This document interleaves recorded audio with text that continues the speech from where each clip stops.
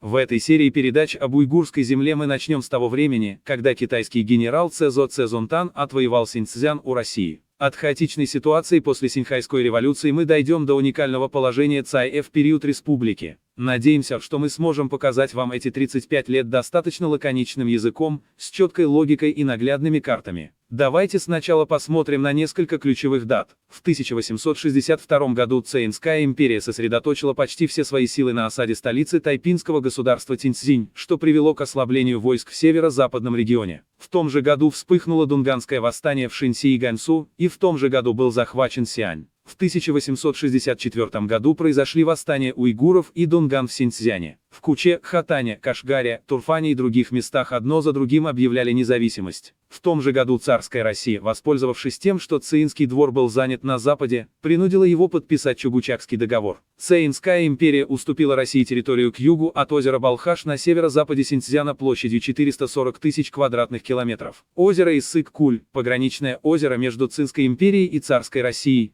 также стало внутренним озером России, включая части территорий нынешних Казахстана, Киргизии и Таджикистана. В 1865 году Якуб-бек, правитель Каканского ханства, вторгся в Синьцзян из Кашгара и захватил Яркент, Хатан, Аксу, Кучу, Карашар, оккупировав весь Южный Синьцзян. В 1867 году Якуб-бек создал ханство Йотишер, которое было признано Великобританией и царской Россией. У этих стран были свои цели. Британия хотела таким образом сдержать Россию. Россия хотела заручиться поддержкой Якуб-бека, чтобы сдержать Цинскую империю, предоставив ему военную помощь. Благодаря этому мощь Якуб-бека значительно возросла. В 1871 году, во время Дунганского восстания в Шинси и Ганьсу, царская Россия воспользовалась моментом и оккупировала Илийский край. Россия заявила, что делает это временно от имени Цинского двора, для поддержания порядка на границе. К этому времени цинское правительство удерживало в Синьцзяне лишь несколько опорных пунктов, таких как Чугучак и Хами. Что касается цинских войск, то в 1871 году ситуация также изменилась к лучшему. Восстание в Шинси было подавлено Цзунтаном. В 1872 году Цзунтан отвоевал большую часть Ганьсу, разгромил братьев Дунган Магуюаня и Мабэнь-Юаня в Синине и вернул Цинхай. Лидер оставшихся повстанцев Баинху бежал в Синьцзян и примкнул к Якуб-беку. В 1873 году Цзунтан также разгромил Мабэнь-Лу в Сучжоу и включил в свои войска Мачжаня из Хэчжоу. Таким образом, Цзунтан в основном подавил восстание в Шинси и Ганьсу.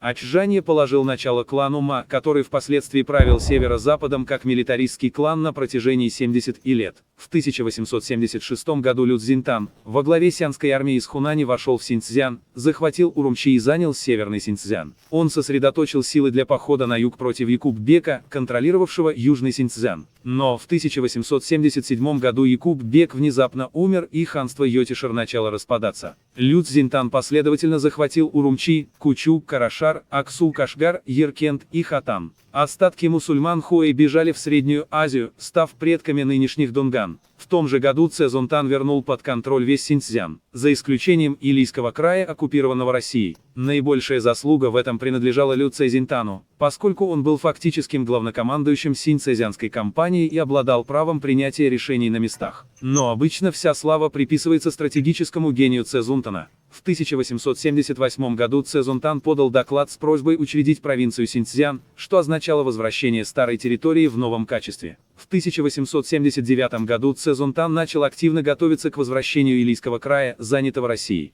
Он разместил войска в районе Хами и перевел свой штаб в Хами. Он демонстрировал готовность сражаться до смерти, если переговоры с Россией провалятся. В 1881 году Россия, взвесив обстановку, вернула Илийский край, который оккупировала в течение 11 лет. На этом завершился 15-летний период раскола в Синьцзяне. В 1884 году правительство Цин учредило провинцию Ганьсу-Синьцзян, назначив Лю Цзиньтана губернатором Ганьсу и Синьцзяна. После создания провинции Синьцзян была отменена местная система беков. Система беков была эквивалентна наследственной системе китайских аристократических семей. Цинский двор приступил к упразднению должностей резидент-министров в Синьцзяне, создав управы, префектуры, области и уезды, введя административную систему, идентичную системе внутренних провинций. Административный центр был перенесен из Или в Урумчи. Цинская империя установила структуру совместного управления. Генерал-губернатор Шинси Ганьсу, губернатор Ганьсу Синьцзяна и илийский главнокомандующий. После того, как Цзунтан вернул Синьцзян в 1881 году,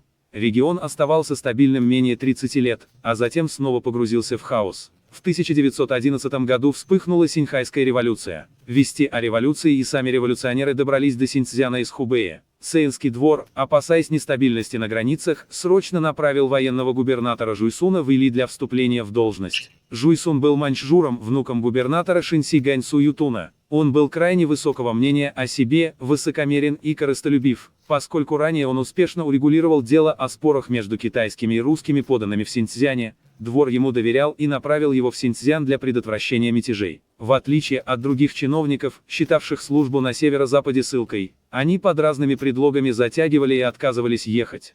Жуйсун же, напротив, активно поспешил в Синьцзян, считая, что чем раньше он прибудет, тем стабильнее будет обстановка. Он добрался до Или чуть более чем за 3 месяца, вдвое быстрее установленного срока. Вступив в должность, он первым делом закрыл главную илийскую газету. Эту газету основал революционер Фэн Тэмин, она публиковалась на китайском, уйгурском, маньчжурском и монгольском языках, распространяя революционные идеи среди местного населения. Она была и ключом к просвещению, и растворителем, разъедавшим власть. Закрыв газету, Жуйсун занялся 2 делами: созданием своей личной маньчжуро-монгольской гвардии и ослаблением местных новых войск. Опасаясь восстания новых войск, он силой заставил их сдать оружие, распустил части и отправил солдат по домам. Жуйсун заподозрил в революционных связях и потребовал отставки Ян Чжуаньсюя, который создавал и командовал новыми войсками в Или, и был братом заместителя начальника штаба хубэйского военного правительства Ян Кайзя. Но Ян Чжуаньсю опередил его, подняв восстание в Или, которые были тайно связаны с русскими. Он был одним из немногих компетентных чиновников-прагматиков. Его отношение к революционерам было непримиримым, их необходимо было уничтожить, иначе его положение было бы шатким.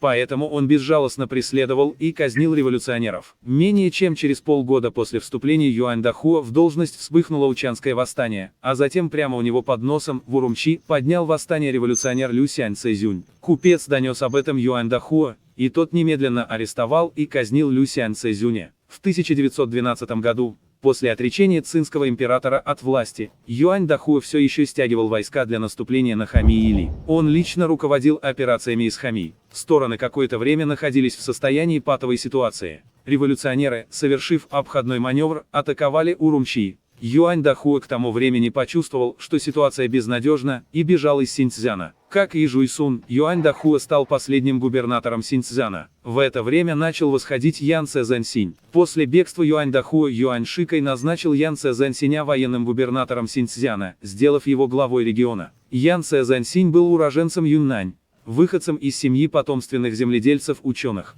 Его отец был обладателем ученой степени, старший брат, младший брат также обладателями ученой степени. Сам он получил степень цзиньши, начал службу мелким чиновником в столице. Но в столичных кругах без денег было не пробиться. Ян Цзэньсинь, выходец из обычной семьи, выбрал службу в провинции и отправился в Ганьсу. Сначала он был уездным начальником в Чжунвэй, а благодаря выдающимся административным способностям был повышен до начальника области Хэчжоу. Во время управления Хэчжоу Ян Цзэньсинь активно развивал экономику и успешно сглаживал противоречия между Хуэй, Дунганами и Хань. Причина была проста: когда все живут хорошо, не возникает причин для конфликтов. Позже он привлек внимание генерал-губернатора Шинси Ганьсу. Он назначил его директором школ нового типа провинции Ганьсу, аналогом начальника провинциального управления образования. На этом посту Ян основал 5 школ нового типа, общеобразовательную школу гуманитарных и естественных наук, а также военные, армейские, полицейские, педагогические и промышленные училища. Он лично составлял уставы школ и определял учебные программы. Когда генерал-губернатор Сун Пань ушел в отставку,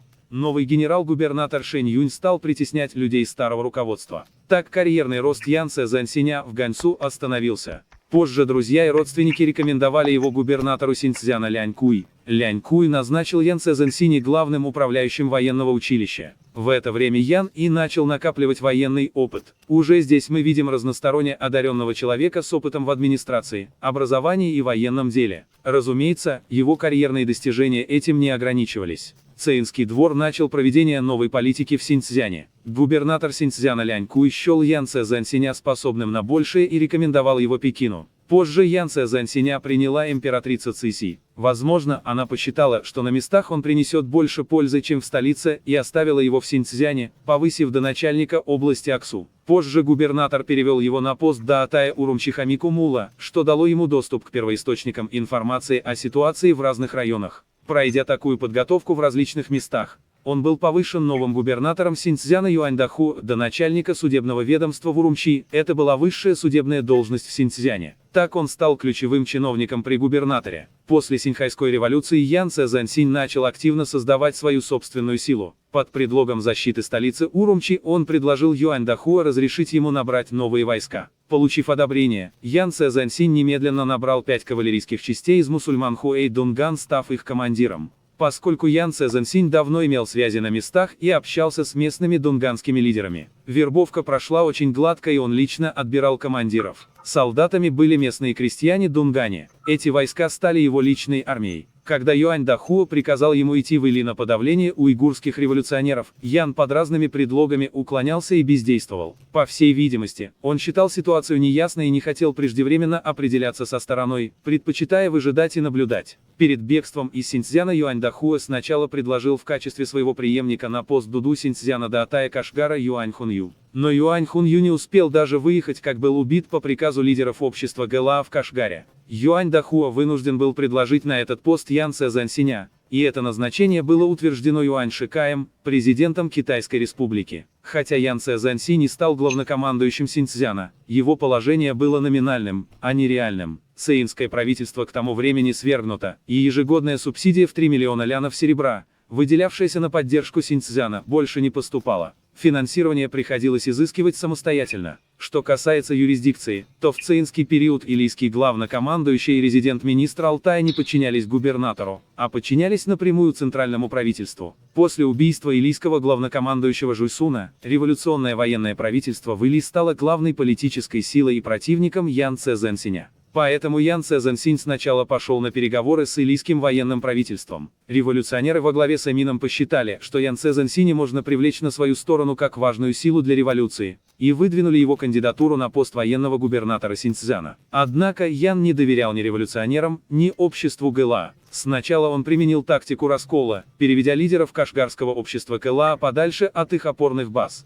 Лидеры общества были вызваны в Урумчи для назначения на должности. Не распознав ловушки, они прибыли. Юнфу был арестован Яном по обвинению в убийстве Даатая Кашгара Юань Хунью, отправлен в Ганьсу и там казнен. Другой лидер был направлен на службу вглубь страны. Общество ГЛА осталось без руководства и утратило влияние в Синьцзяне. Затем Ян попытался провернуть тот же трюк с Эмином и другими революционерами, но они раскусили замысел. Тогда Ян отправил в Или агентов для интриг. Те подстрекали солдат из Шинси и Ганьсу устроить мятеж, в ходе которого были убиты главари революционеров. Таким образом, Ян в основном устранил две главные внутренние угрозы. Впоследствии он силой подавил уйгурские восстания под предводительством Тимура в Хами и Турфане. Местные уйгурские силы в пределах Синьцзяна были им постепенно усмирены. Однако извне на Синьцзян пристально смотрела царская Россия. Потеряв Илийский край, царская Россия не успокоилась и ждала нового внутреннего кризиса в Китае. И когда в 1911 году цинский император отрекся от престола, Джоб Цзундамба VIII провозгласил себя ханом Монголии в Улан-Баторе, и внешняя Монголия объявила независимость. Сразу после объявления независимости, по указанию царской России, монгольские войска вторглись в регион Кабдо, граничивший с Синьцзяном. Кабдо ранее находился под управлением Цинской империи. Эта территория сегодня в основном находится в составе Монголии, а также России, Республик Алтай и Тува. Она была связана с Алтаем, занимавшим ключевую позицию севера Синьцзяна. Во времена правления Юань Шика Кабдо все еще оставался под контролем центрального правительства. После независимости внешней Монголии Кобдо превратился в изолированный анклав, оторванный от метрополии. Китайское правительство уже не могло его контролировать, да и для Синьцзяна он был слишком далек. Но для Монголии и царской России захват Кабдо был делом подавляющего преимущества и не представляло труда. Положение, в котором оказался Ян Цзянсинь, было шатким. Его войск было недостаточно, а путь до Кабдо был крайне далек. Его советники всячески отговаривали его от военных действий, чтобы не истощать и без того скудные ресурсы. Однако Ян, в конце концов, настоял на своем и отправил войска в район Кабдо. Каковы же были результаты этого шага Яна? Удалось ли царской России осуществить свои коварные планы в отношении Синьцзяна? И какова же была в итоге судьба самого Яна? Об этом мы расскажем в следующем выпуске.